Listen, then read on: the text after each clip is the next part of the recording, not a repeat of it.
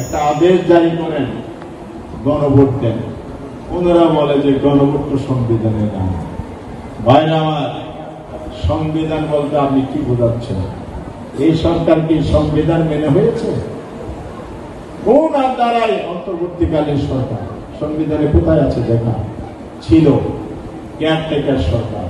তখন 2011 সাল পর্যন্ত পঞ্চদশ সংশোধনীর আগ পর্যন্ত গণভোটও ছিল, কেয়ারটেকার সরকারও ছিল। কেয়ারটেকার সরকার এবং এখন উচ্চ আদালতে আমরা রায়ের অপেক্ষায় আছি। হয়তো এটা পজিটিভ রায় হবে ইনশাআল্লাহ, সেটা ফিরে আসবে আবার সংবিধান।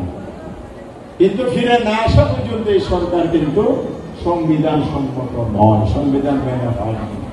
তাহলে সংবিধানের কথা বলে সরকার নিয়েও প্রশ্ন।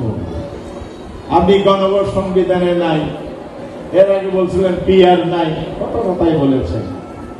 দেখা গেল যে সবই আসলে আসে ওই যে আপনি জেগে ঘুমান, জেগে ঘুমালে কাউকে জাগানো যায় না। তবে জাতি একদিন আপনাকে জাগাবে ইনশাআল্লাহ, আপনিও জাগতে বাধ্য হবেন। গণভোট নাই বর্তমানে পঞ্চদশ সংশোধনীর পরে নাই, কিন্তু এর আগে গণভোট ছিল। গণভোট যদি সংবিধানে না থাকে, আমরা বলতে চাই সংবিধানের নির্বাচন সম্পর্কে বলা আছে প্রতি 5 বছর পর সংসদ নির্বাচন হবে। তাহলে 24 সালে একটা নির্বাচন হয়েছে, আবার 29 সালে নির্বাচন হবে 5 বছর অন্তর। ফেব্রুয়ারিতে নির্বাচন 26 সালে কিভাবে হবে? এটাও তো সংবিধানে নাই। তাহলে আপনি সংবিধান নিজের মতো করে মানবেন বা ব্যাখ্যা দিবেন, এতে যে আপনার মনের মধ্যে অন্য উদ্দেশ্য আছে, এটা কি জনগণ বুঝেন?